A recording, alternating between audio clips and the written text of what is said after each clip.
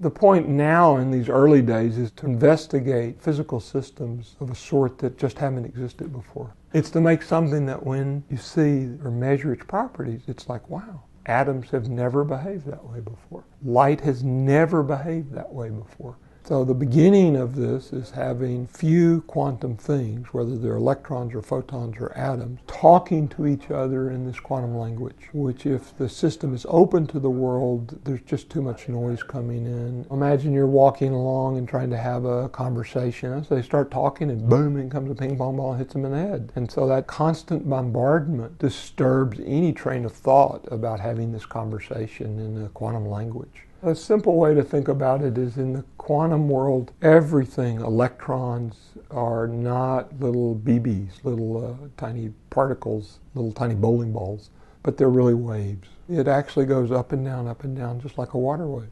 So if you have a nice, perfectly calm day and you're going to put your finger in and then have the waves spread out perfectly calmly, that's like an electron moving through a solid. But if the wind's blowing, then you get all these other little wavelets that interfere with this beautiful single wave. Well, by the time you're through, you don't see the nice wave. It doesn't have any coherence left. That's famously formulated by Einstein 100 years ago. They called the fluctuation dissipation theorem. If these fluctuations of things coming in to mess up the quantum system, then the atom dissipates its beautiful quantum stuff into the environment. So all you have is just this envelope of energy without the actual waves.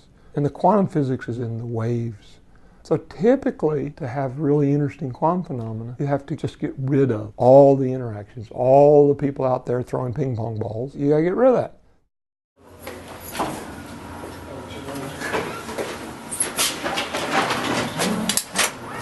That is a lot of equipment. Yes, it is. So what you see here is a source for atoms. We try to create a pipe that guide the photons and the atoms into that pipe. So there's no way they can avoid each other. They have to interact. So how do we do that? The way we do it is it generates a cloud of cesium atoms. We shoot it to the center of the chamber, and we create 6 laser beams. Inside this laser field, they form some kind of molasses. No matter which direction it goes, we always trick the atom, so they keep losing energy. Its motion gets damped, and then it moves very, very, very slowly. This chip sits at the center of the chamber. In this window, there's like 200 nanometer thick, 300 nanometer wide. We call it alligator waveguide. The reason is because it's 2 parallel beams, and then it's the inverse of the alligator shape. So this shape might look very weird, but we use these teeth to create a situation that when photons propagate along the waveguide, all these teeth, they create interference, then the speed of light is slowed down. And the intensity of photons is strong here, weak here, strong here, weak here, strong here. When atoms see strong intensity, they get kicked out by the photon. It has repulsive force. So we can guide this atom into this kind of dark spot here. At the same time, we can send another frequency of light, which brights up at the dark spots. It's the magic of this kind of alligator waveguide. So we achieve both guiding the atom and then have them interact strongly with the photon. Otherwise, it would be like atoms are flying around and I shine a big white flashlight, just hope that my flashlight can hit the atom. But using this kind of lithographically patterned waveguides, we can create an array of these tiny little traps. So if one atom gets excited, it emits a photon. This photon can travel down to the waveguide, talk to another atom. And then this atom changes the property of this photon and then again propagate down the waveguide and then talk to another atom. By doing this, we can create a quantum simulator of many, many quantum objects interact with each other. And then if I just let the system evolve, what would the answer be? We've done experiments, other people have done experiments where you can make a state where you have 2 beams of light and this one has a photon and this one has nothing, or this one has a photon and this one has nothing. And those 2 possibilities can exist at the same time.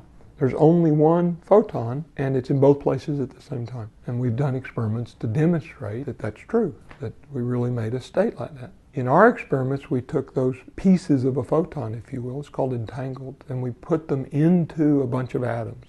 How would those 2 parts of a photon propagate? How would they see each other? The easy thing to say is this piece of the photon could be absorbed by the 5th atom, and that piece of the photon could be absorbed by the 35th atom.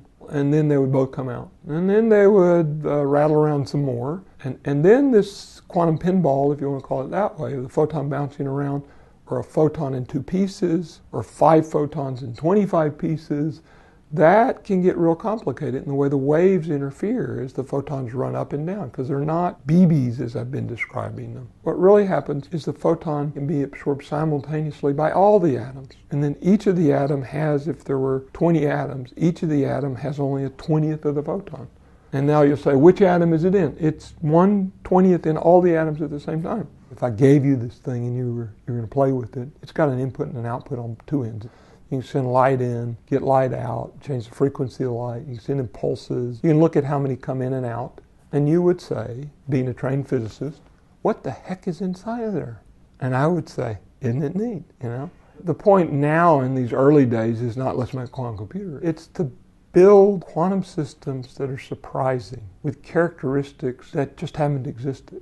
Now the boundary has pushed into very different parts of physics than I've ever been comfortable with or knew anything about. So that technology of how you do that, how you build those, my group knew nothing. But that's what you're supposed to be doing, you know? If you want to be at the cusp of the future, you have to be willing to fail. We've come up some climb and it didn't work. You better go down, try another way.